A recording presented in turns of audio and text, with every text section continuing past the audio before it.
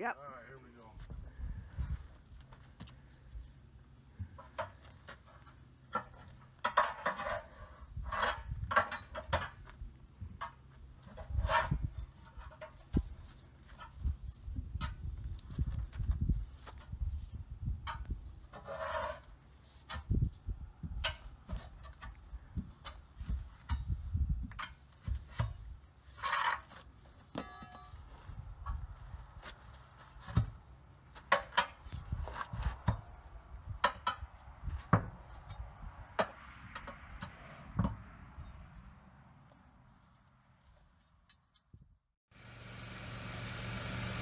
When you were doing the other side, you were having to grind and do some hammering.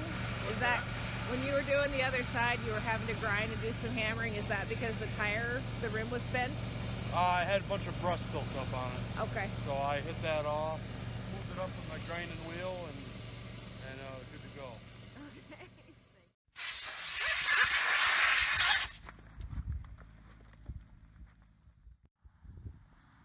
There.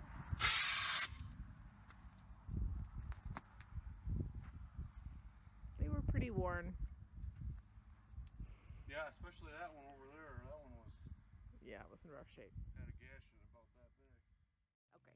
Just tell us who you are and where you're from. I'm Clinton McKee. I'm from McKee Equipment, from Cincinnati, New York, and this is what we do, tractor tires. Thank you very much. Yep.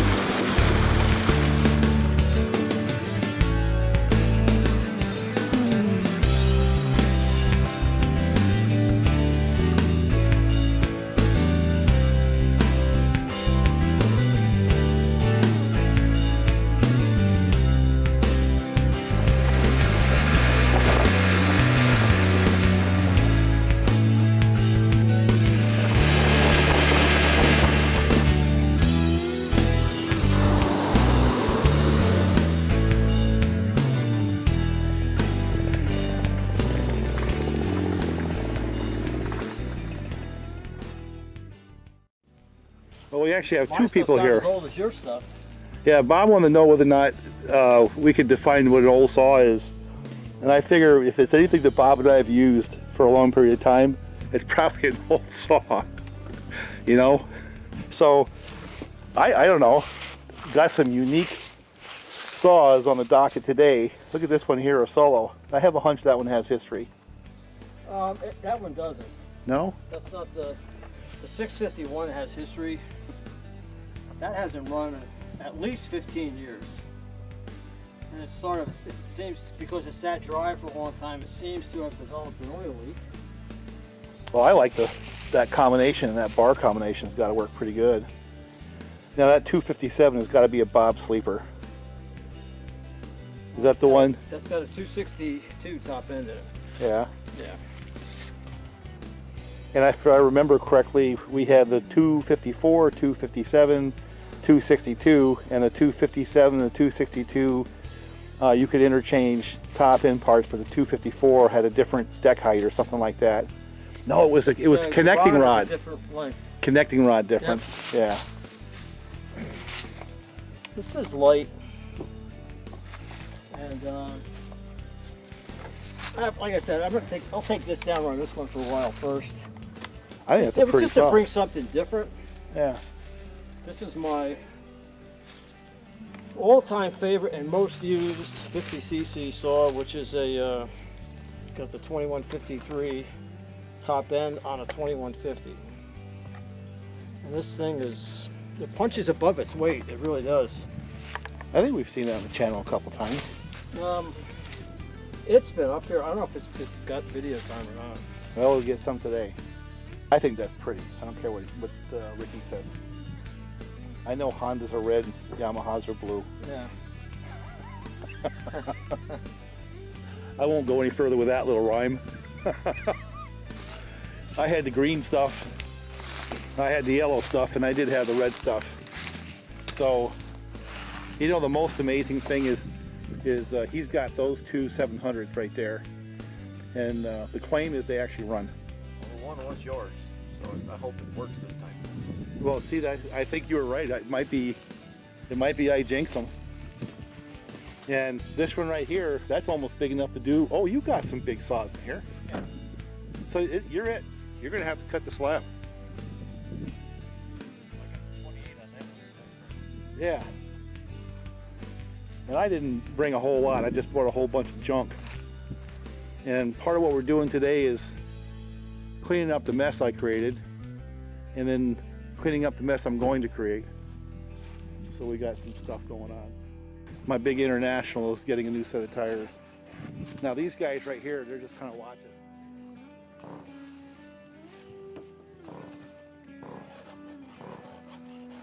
Now that horse right there, he's an old fella.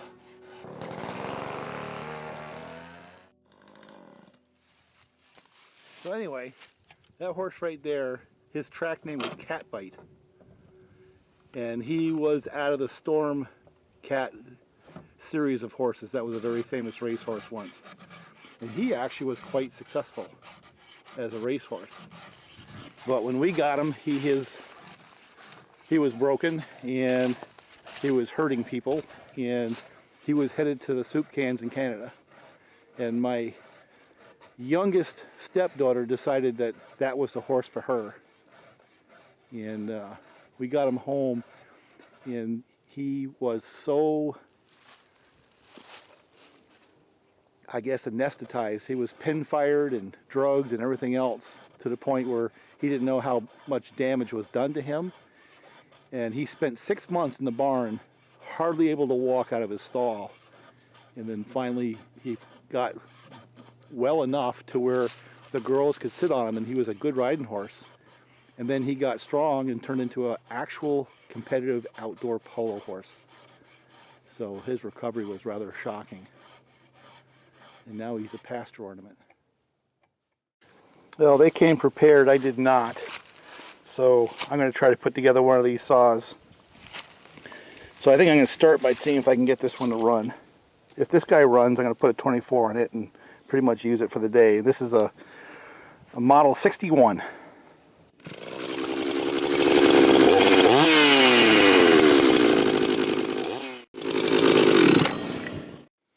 So we're going to take down this tree right here first. And there's a widowmaker right there, which you got to pay attention to.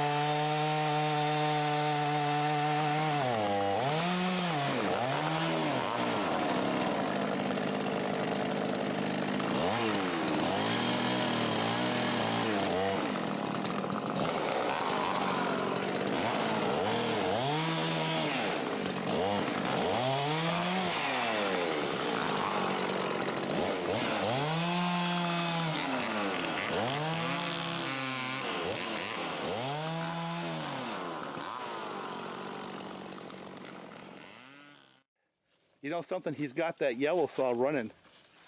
That alone is amazing.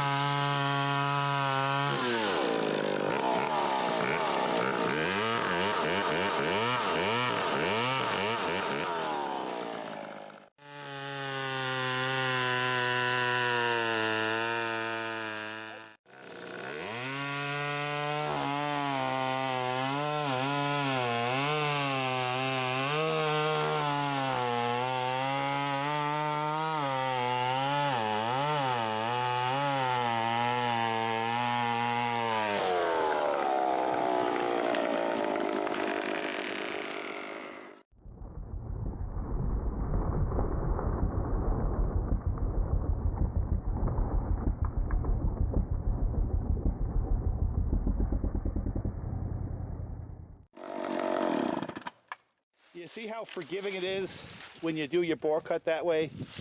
Because of the way it's going to fracture, it doesn't matter if you're 6 inches above the face, it doesn't matter. So look at that, we got a nice break it up there, and that's a nice saw log right there. Yeah, that was straight. Isn't that nice? So we got to break that one. We got to break that one, which means we got to clean up a lot of that top in order to get to that one. All right, this tree will be easy. This tree is a scary tree because if you look at it, it's split all the way to the bottom. So there's no way in hell that I'm going to go cut from the front of that tree and bore cut it and all that. So what I'm going to do is give a face cut on this tree. I'm going to actually bore cut from the back, both of them, all the way through from the back side. It's going to be one of those stand back and pray. And I'd rather do it while I have people here because it is a scary tree for me. This is one I don't like doing.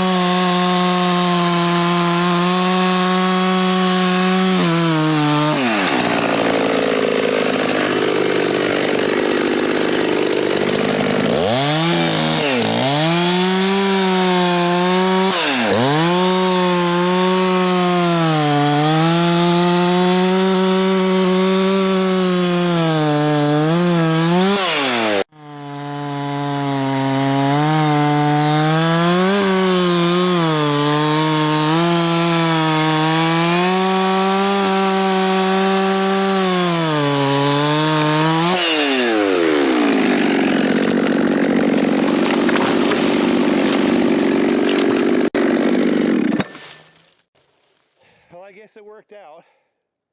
Best possible scenarios. Threaded the needle. I had a couple little things come back at me, but now I got a few down there to take care of. But that tree, frankly, was scaring me to death. I knew it was split, right? But I don't know if you noticed, my bore cut all the way to that. You see it? Bore cut straight through all the way there. So I was able to get the center of the tree bore cut. And I just didn't know if it was just going to take off to the sides or go right there where I wanted it to. But it went right where I wanted it to.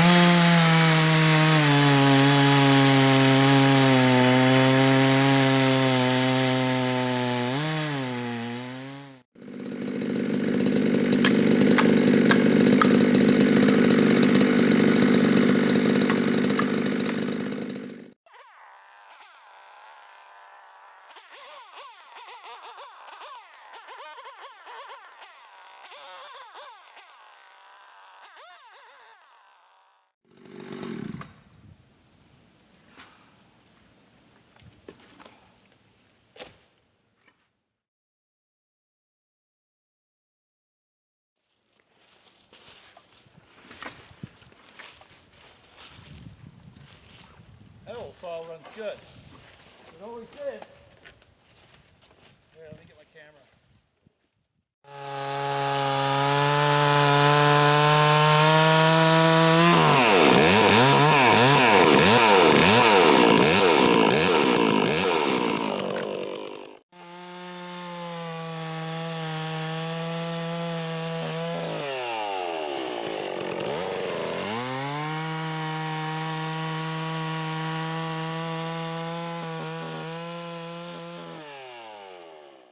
All right, this is for Ricky, and this is a discussion about chain.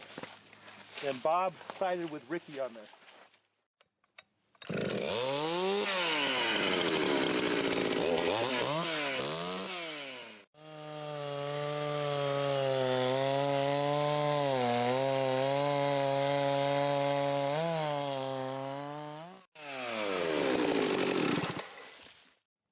Usually he doesn't pick a knot with his own.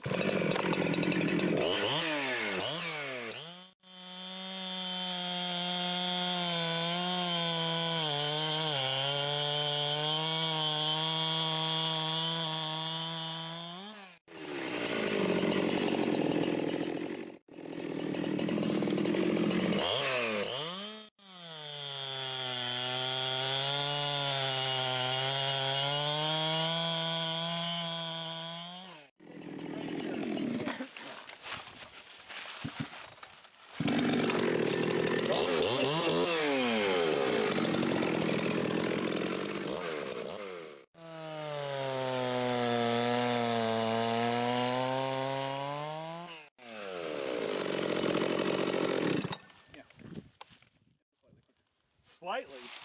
It's a completely unscientific comparison. And I'm not Complete- sticking around for. Now, if we take this bar and chain and put it on that saw, it'll tear this saw off in terms of speed. So anyway, a lesson on semi-skip versus full That's not chisel chain. it's not scientific. Well, if we do this properly, you're going to have a whole new appreciation for chains and stuff like that. So let's clear this up here, and then let's take a couple of cuts on that stump in one saw versus the other. And remember, this is a 272. Yeah, so it's not the same. It's a completely different league saw than the 372. Yeah. I mean, this shouldn't even be close. Yeah, that's a torquier saw, less RPM. It shouldn't even be close. Yeah.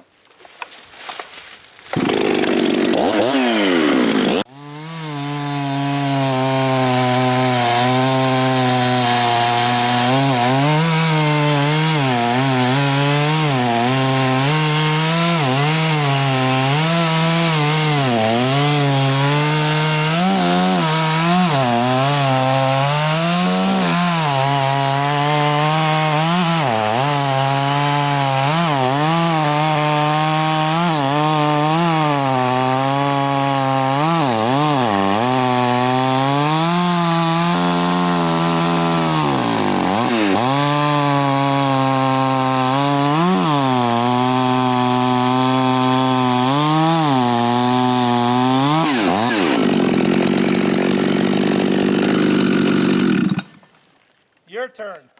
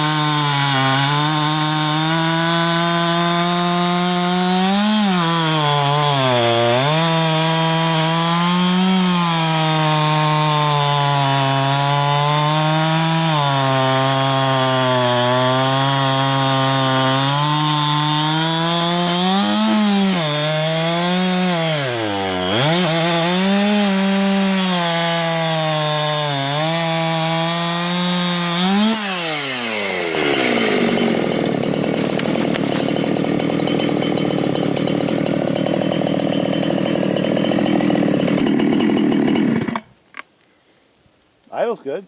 Yeah. That's a good running saw right there. What the heck is that? Yeah? That's cool for doing the chain adjust, huh? So that's a scrunch on steroids? Yes, it has magnets in here so it holds your bar nuts so they don't go flying away from you. All right, swap bars. Let's see how this thing operates. Now prepare to be surprised.